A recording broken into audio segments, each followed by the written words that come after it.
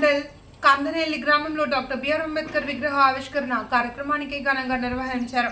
ముఖ్య అతిథిగా హాజరైన తెలంగాణ అసెంబ్లీ స్పీకర్ గడ్డం ప్రసాద్, తెలంగాణ రాష్ట్ర శాసన మండలి chief whip doctor Mahender Reddy, MLA Buyyani Manohar Reddy, విగ్రహదాత మ్యూజిక్ ఖాన్, పలువురు నాయకులు మాట్లాడుతూ రాజ్యాంగ సృష్టికర్త అయిన డాక్టర్ బిఆర్ అంబేద్కర్ మనందరికీ ఆదర్శప్రాయుడని, యువత అంబేద్కర్ చూపిన మార్గంలో నడుచుకోవాలి అని, సమాజంలో అంటరానితనాన్ని దరికి చేరనీయరాదని, యువత చెడు మార్గం వీడి సన్మార్గంలో నడవాలి అని, కుల మత భేదం లేకుండా దేశాభివృద్ధిలో పాల్పంచుకోవాలి అని, ఉన్నత ఆశయాలతో సన్మార్గంలో జీవితాన్ని ముందుకు కొనసాగించాలి అని మనమంతా డాక్టర్ బిఆర్ అంబేద్కర్ వారసులంలో మరోమారు తెలియజేశారు. ఈ సందర్భంగా కార్యక్రమంలో పలువురు నాయకులు, కవులు, విద్యావేత్తలు, కాంగ్రెస్ పార్టీ నాయకులు, గ్రామ ప్రజలు తదితరులు పాల్గొన్నారు.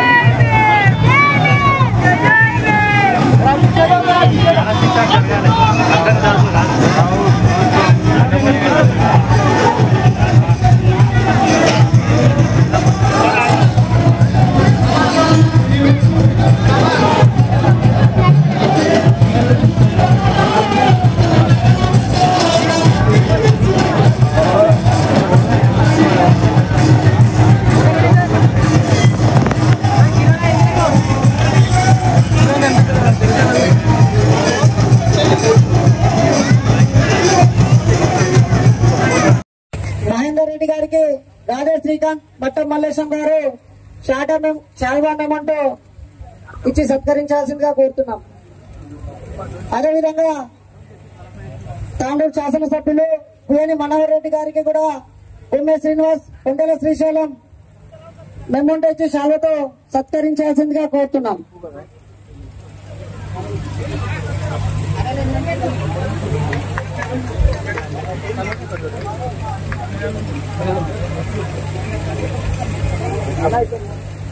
మనోహర్ రెడ్డి గారికి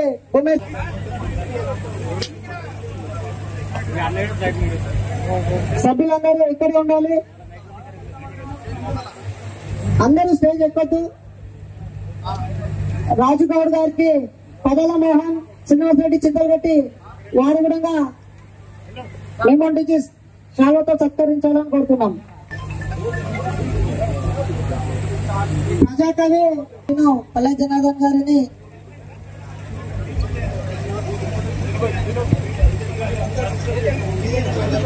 మీడియా మిత్రులు అన్నతగా భావించవద్దు.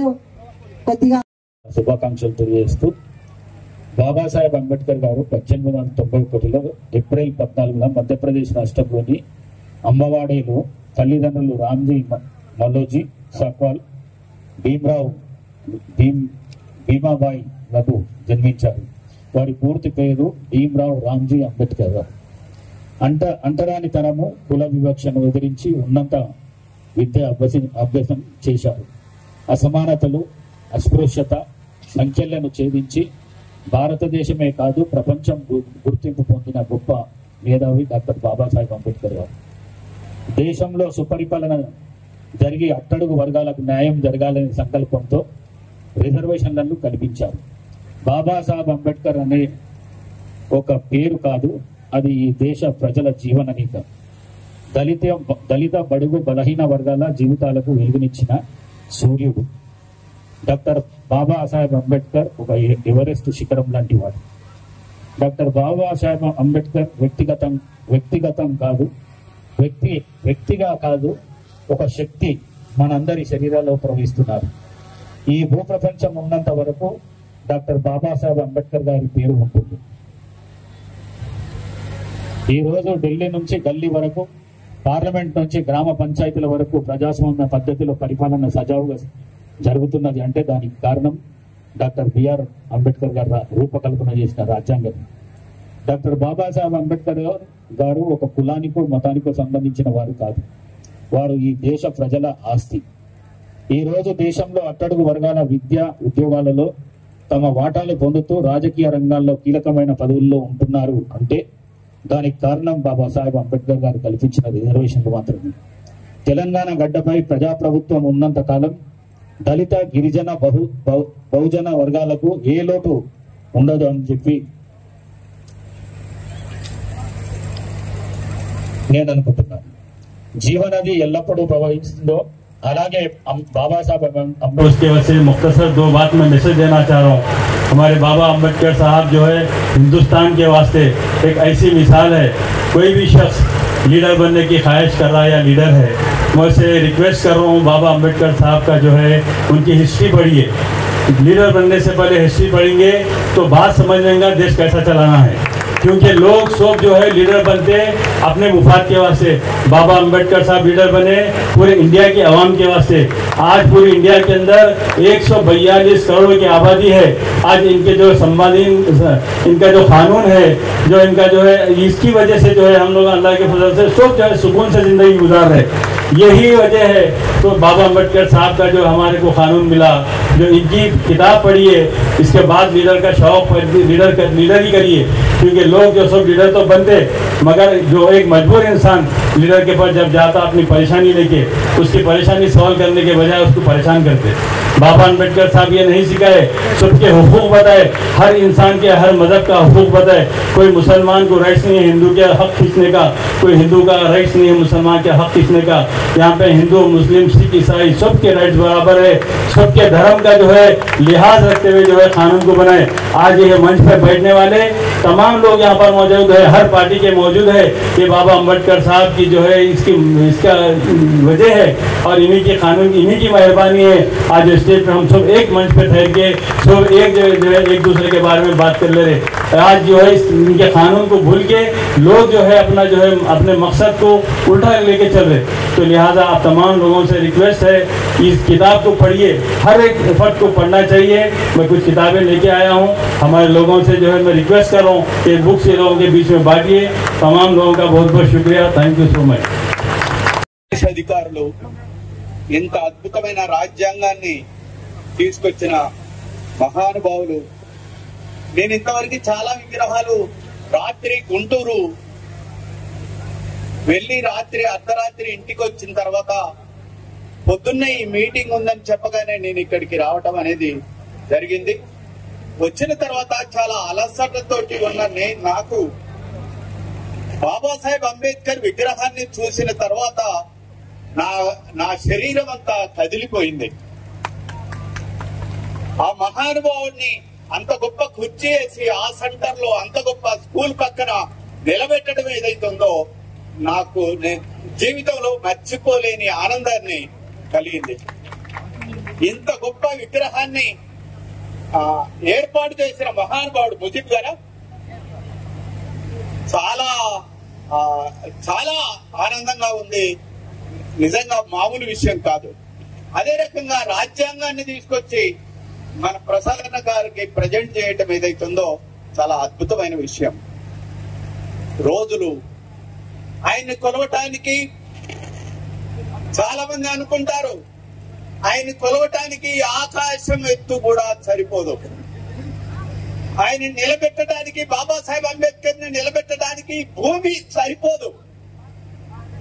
ఆయన గురించి రాయటానికి నా కలం సరిపోదు. ఆయన గురించి పాడటానికి నా గొంతు సరిపోదు. అంత గొప్ప మహానుభావుడు బాబాసాహెబ్ అంబేద్కర్. ఆయన ఎక్కడ పుట్టాడు? మన తానే పుట్టాడు. ఒక మామూలు వెలివాడలో పుట్టాడు.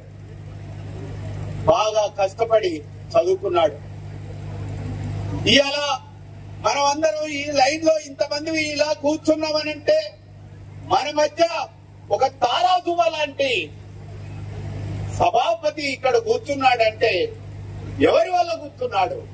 ఎందువల్ల కూర్చున్నాడు? బాబాసాహెబ్ అంబేద్కర్ వల్ల.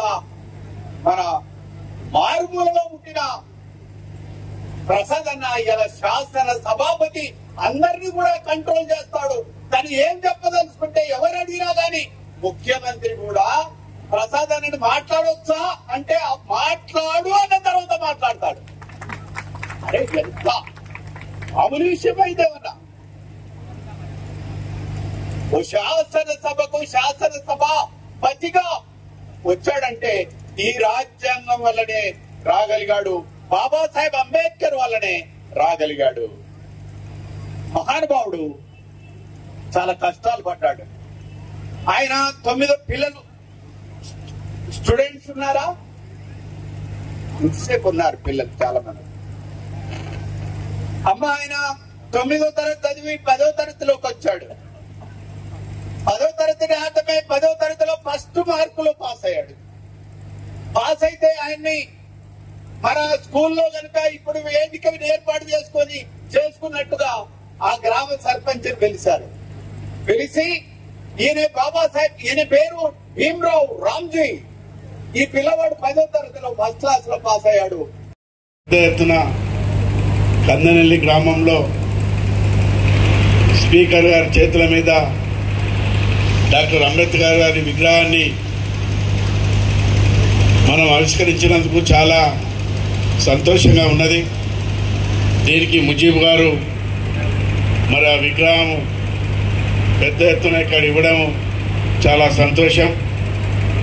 ఈ విగ్రహాలన్నీ కూడా ఎందుకు పెట్టుకుంటామంటే మహానుభావులు అన్నిటికీ కూడా మన దేశానికి డాక్టర్ అంబేద్కర్ గారు ఎన్నో సేవలు చేసినారు.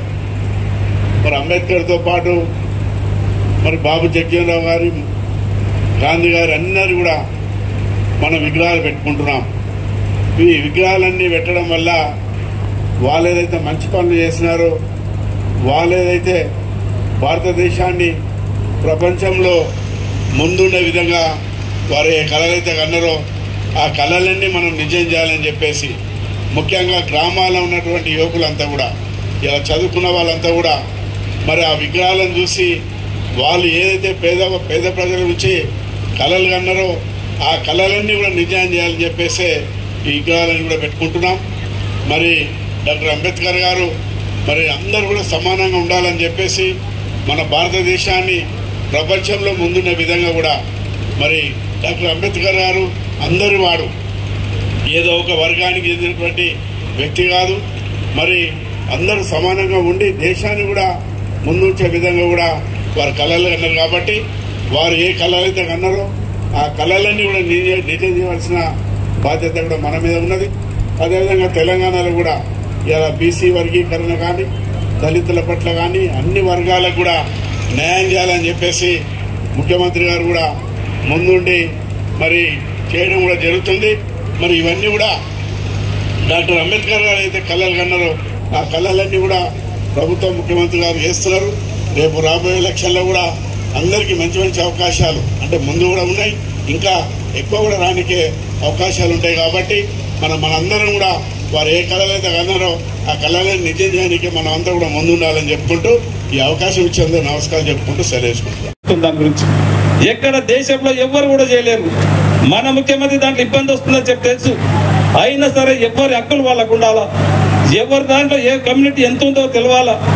96 సంవత్సరాల నుంచి తెలియనటువంటి లెక్కల్ని మనం 1 లక్ష మంది ఇన్వెస్టర్స్ పెట్టి ప్రతి కమ్యూనిటీని ఎంత ఉందో దాదాపు వాళ్ళందరినీ కూడా 54-56% ఈరోజు బీసీ కులగణన వచ్చింది.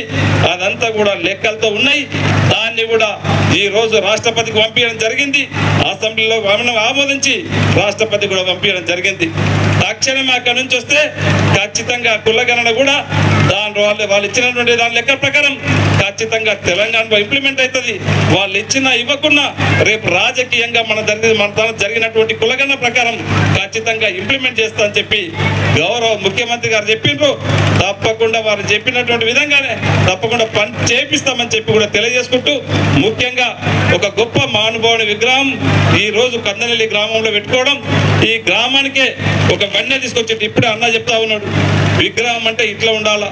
నేను ఎన్ని విగ్రహాలు చూసినా కానీ కందనెల్లిలో ఉన్నటువంటి విగ్రహాన్ని చూడలేను. అందుకే నాకు ఎన్ని పనులున్నా ఈ రోజు మన జయరాజ్ అన్న చెప్తా ఉన్నాడు, నేను ఈ విగ్రహావిష్కరణలో ఖచ్చితంగా నేను రావాలి, చాలా పనులు ఉన్నాయి అయినా వచ్చి ఖచ్చితంగా అంబేద్కర్ గురించి చెప్పి కందనెల్లి గ్రామస్తులందరినీ కూడా, గ్రామస్తులే కాకుండా యావత్ తాండూరు నియోజకవర్గాలందరినీ కూడా మోటివేషన్ చేసి కంపల్సరీ నా యొక్క ఇచ్చేస్తానని చెప్పి కూడా రావడం చాలా సంతోషకరమైన విషయం. నాకు ముఖ్యంగా ఈరోజు స్త్రీని కానివ్వండి, కందనల్లి సోదరులు అందరూ కూడా, మధుసూదన్ రెడ్డి వీరందరూ కూడా ప్రత్యేకంగా 4-5 రోజుల నుంచి కూడా ప్రతిరోజు కూడా ఈ టైంలో రావాలని, ప్రసాదాన్ని ఖచ్చితంగా దొరక రావాలని చెప్పినందుకు వారికి కూడా వారు చెప్పినట్లే అన్నకు కూడా ఈరోజు ఉదయం గవర్నర్ దగ్గర ప్రోగ్రాం ఉంది. అయినా సరే మాకు 11 గంటలకు ఈరోజు పెద్దేముల్లా ఆల్రెడీ రెవెన్యూ సదస్సు ఉన్నది. ఖచ్చితంగా మనం ఈరోజు కందనల్లి పోవాలా, మనం మాట ఇచ్చినాం విగ్రహ ఆవిష్కరణలో మనం పార్టిసిపేట్ కావాలని చెప్పి అన్నకు కూడా ఎంతో వర్క్ ఉండి ఒత్తిడి నుండి వచ్చినందుకు కూడా ప్రత్యేకంగా వారికి ధన్యవాదాలు. కందనల్లి గ్రామం తరఫున, తాండూరు నియోజకవర్గం తరఫున వారికి ప్రత్యేకంగా ధన్యవాదాలు తెలుపుకుంటూ నాకు ఈ అవకాశం ఇచ్చిన వారందరూ కూడా మనస్ఫూర్తిగా ధన్యవాదాలు తెలుపుకుంటూ ముగించుకుంటున్నాను. Thank you.